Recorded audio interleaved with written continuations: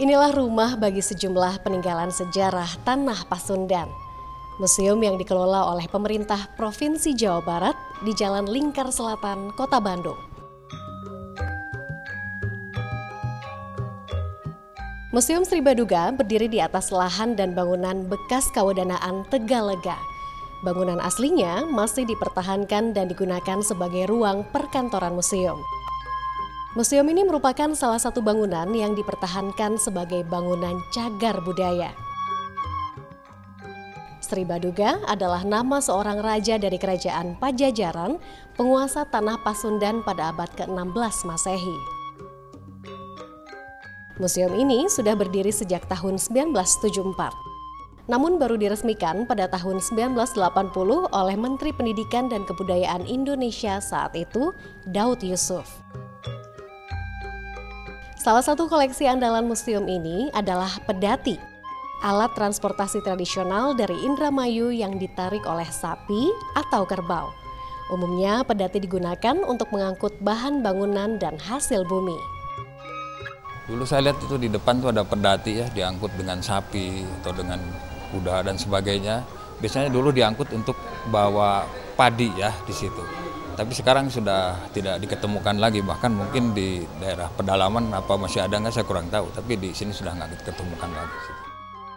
Koleksi etnik lainnya yaitu delman, alat transportasi tradisional yang berasal dari bahasa Belanda, delman.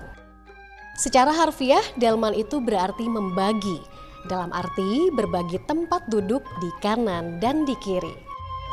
Nah, delman pada zaman dulu itu merupakan kendaraan yang disebut primadona karena pada saat itu bukan digunakan oleh manusia atau masyarakat jelata, tetapi di kalangan bangsawan. Meski delman masih bisa ditemui hingga kini, namun areanya tak sebanyak dulu. Kalau dulu kan sampai ke rumah naik delman, kalau sekarang kan paling cuman trayeknya dikit lah, nah, gitu aja kali. Kalau dulu kan sampai belum ada angkot. Sampai ke blok berapa naik delman, lebih enaknya naik delman sebenarnya kalau udaranya bagus. Nah, kalau sekarang ada desek-desek gitu aja. Dan inilah kendaraan bagi para bangsawan kerajaan. Kereta kencana Kesultanan Kanoman Cirebon bernama Paksi Nagaliman. Paksi Nagaliman terdiri dari 3 kata dari bahasa Sanskerta. Paksi yang berarti burung Garuda, lalu naga yang berarti ular naga, dan liman yang berarti gajah. Kereta ini dibuat tahun 1608 dengan pengaruh budaya Cina dan Eropa. Fungsinya sebagai alat transportasi khusus Sultan Kanoman Cirebon dalam menghadiri upacara-upacara kebesaran dan kirap pengantin. Dari pelataran museum, sejarah transportasi Jawa Barat pindah ke dalam museum. Area seluas lebih dari 8.400 meter persegi ini terdiri dari 3 lantai. Di lantai 2 terdapat replika sepeda ontel sebagai alat transportasi kaum menengah atau kaum santana di Tanah Sunda. Kaum menengah yang dimaksud meliputi para pegawai pemerintahan dan kalangan masyarakat berada. Selain transportasi, lantai 2 juga memperlihatkan pola kehidupan masyarakat Sunda, meliputi sistem pertanian persawahan dan perladangan. Jadi Jawa Barat itu atau masyarakat Jawa Barat itu merupakan masyarakat peladang, ya masyarakat peladang. Nah setelah adanya pindah kekuasaan atau penguasanya kerajaan Mataram ke Jawa Barat, baru di situ ada sistem atau pola pertanian.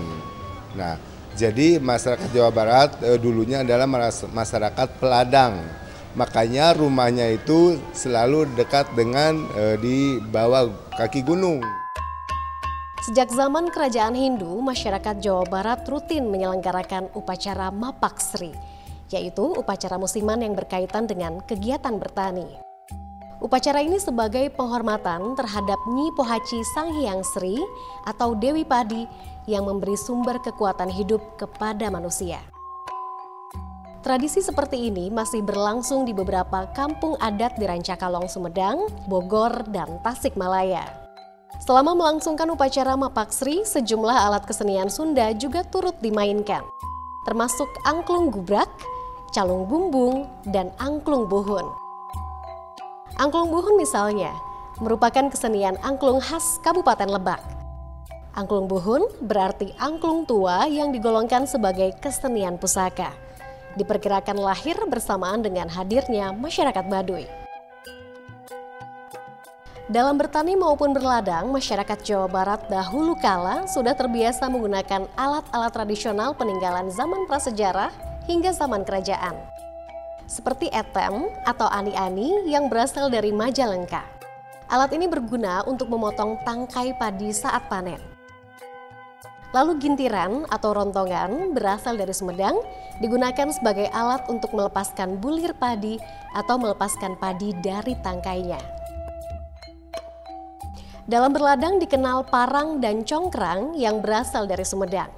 Biasanya digunakan untuk membersihkan rumput yang tumbuh di pinggir-pinggir ladang. Selain berladang dan bersawah, masyarakat Jawa Barat juga kerap menangkap ikan. Beragam alat digunakan seperti sirip untuk menciduk, bubu, joget, dan impes sebagai alat perangkap. Kecrik dan susuk sebagai alat perungkup, serta cireng dan buleng sebagai wadah hasil tangkapan ikan. Ada juga naya, wadah yang digunakan untuk berkeliling jualan ikan. Semua alat-alat tersebut terbuat dari bambu, sehingga muncullah idiom bahwa orang Sunda tidak bisa jauh dari bambu. Sejak sistem barter diperkenalkan, masyarakat Jawa Barat juga telah lama berdagang. Beberapa media dagangnya ada yang masih digunakan hingga kini, meski sebagian besar hanya tinggal sejarah. Sistem transportasi, pertanian, dan perdagangan masyarakat Jawa Barat ini hanya sebagian kecil dari misi edukatif kultural Museum Sri Baduga.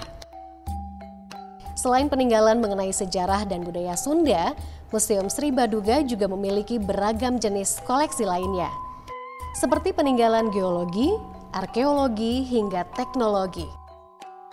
Total koleksi yang tercatat hingga tahun ini hampir mencapai 7.000 buah. Namun hanya 10% yang ditampilkan, sisanya disimpan di ruang penyimpanan khusus. Museum buka Selasa hingga Minggu sejak pagi hingga sore hari.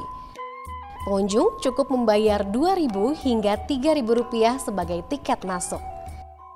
Anggi Yuniarti, Bugi Pramudia melaporkan untuk NET.